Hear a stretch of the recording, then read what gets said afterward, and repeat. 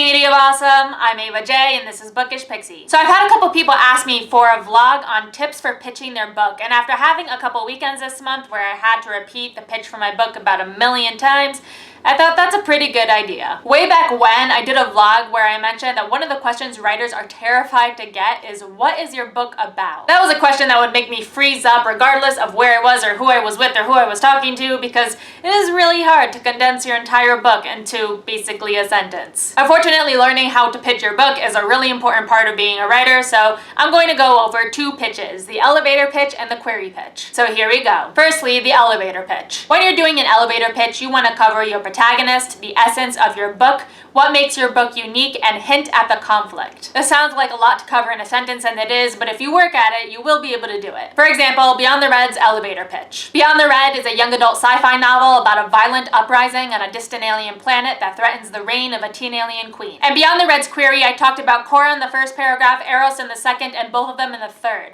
But when we ended up condensing for announcements and whatnot, we ended up focusing mostly on Cora. The reason we ended up using Cora's main conflict is because it was easier to spread that into the big picture of the book. So in my elevator pitch, I referenced the teen alien queen, our protagonist, a violent uprising, which is the conflict, and the distant alien planet with teen alien queen kind of gives the uniqueness of the book. Put that all together and we have the main essence of violent uprising on a distant alien planet threatens the reign of the teen alien queen.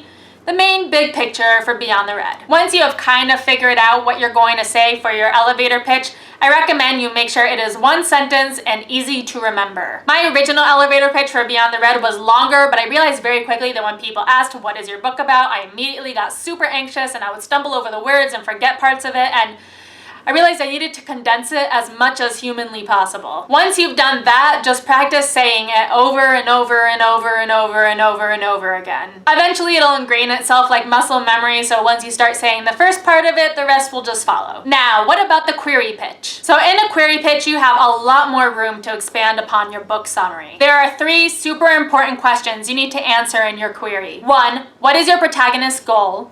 2, what's standing between them and their goal? And 3, what's at stake? That is, what do they have to lose if they fail to achieve their goal? The reader should be able to answer, why should we care about your characters? Why should we care about this plot? And why is what's going on so important to your protagonist? Of course, there are a bunch of other things you need to go in your query, and I've already done a vlog just on querying, so I'll link to that below, but that is the main essence of your pitch. So get those elements together for both of your pitches, practice, practice, practice, and make sure you get it critiqued by a lot of people, and you should be on your way. So that's all I got for today. If you liked what you saw, don't forget to subscribe and comment, and I'll see you guys next week.